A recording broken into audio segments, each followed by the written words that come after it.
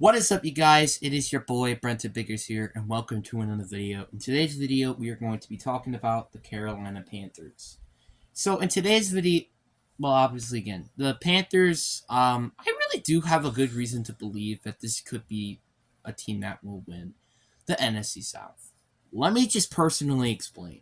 I think this team is very underrated, and I don't think a lot of people give it the recognition it deserves. So let's just talk about the team in general, shall we? Obviously, you got a rookie quarterback. Then you're like, oh, wait, rookie quarterbacks have concerns. You've seen quarterbacks like Justin Herbert, Joe Burrow. Like, they can do pretty good as a rookie. It's just, they don't really. I mean, there's not a lot of them out there. Also, Mac Jones is another example, I guess you could also say. And Davis Mills. There are quarterbacks out there that have played good before as rookies. So why isn't Bryce Young different? Obviously, yes, I do think he is going to slack probably in the first half of the season because of how short he is. But outside of that, honestly, if he was 6'4", this could have been the new Trevor Lawrence, to be honest with you. Well, obviously, I'm not saying in terms of how good he is in the game. I just mean by in terms of hype heading into the season. So that's what I meant by. Like, he probably could have been the new Trevor Lawrence in that. Obviously, I think the new Trevor Lawrence is probably going to be Archie Manning, which he's right now he's a sophomore in college right now, so you never know. But again, you never know. But this is definitely a team that is heading into the season, definitely probably going to be one of those underdog teams. But Bryce Young is a good example of that. Miles Sanders, he's honestly he broke out last year. Obviously, yeah, he was also working with one of the best O-lines in the league in the Eagles.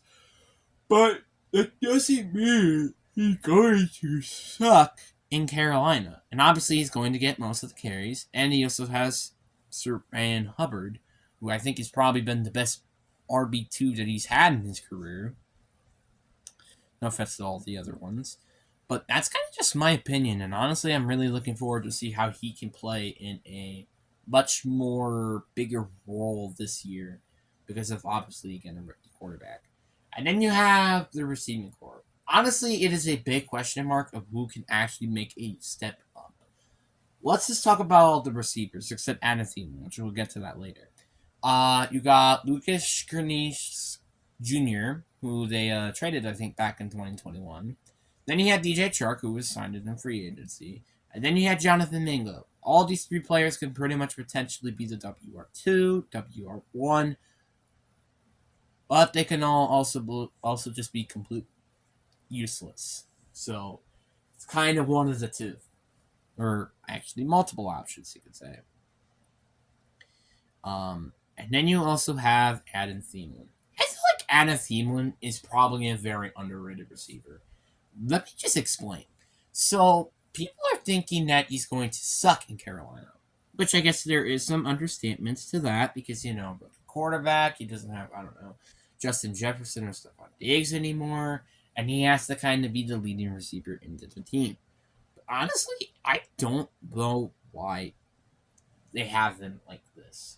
Because this team has the third most easiest schedule in the South, which I guess that isn't a lot because, well, you got the Falcons and then the Saints, which are both top 3 easy schedules. But I do have a good belief that this team can definitely be like a team that really does surprise people, and Anna Thielen is definitely one of the reasons because of it. And then you have Aiden Hurst, who is also a very useful tight end, who's the best tight end that Joe Burrow's ever had in his career. But that's not saying much. But he's definitely better than like a long shot of how many tight ends that the Bengals had when Joe Burrow was their quarterback. So I guess that's something. But he's also going to be a nice security blanket for Bryce Young. But I don't know if he's going to actually take that role seriously.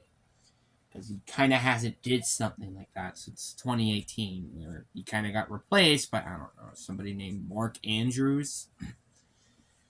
But so yeah, and then obviously your O line, it's kind of mid to be honest. Like Austin Corrett,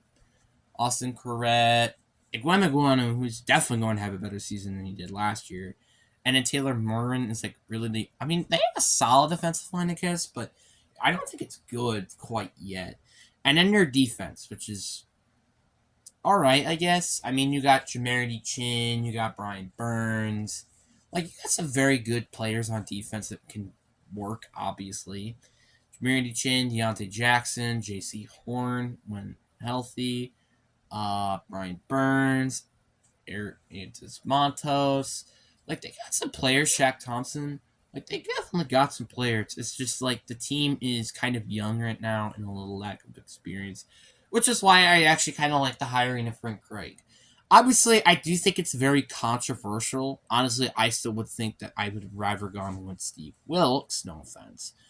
But I think I would have rather gone with Steve Wilkes, just no offense, obviously. But I do think Frank Reich wasn't the worst hiring that you could have possibly done. So, I mean, heck, you could have probably gotten Eric Bieniemy or Matt Nagy or something. I mean, again, you could have gotten one of those. So, I guess it ain't the end of the world.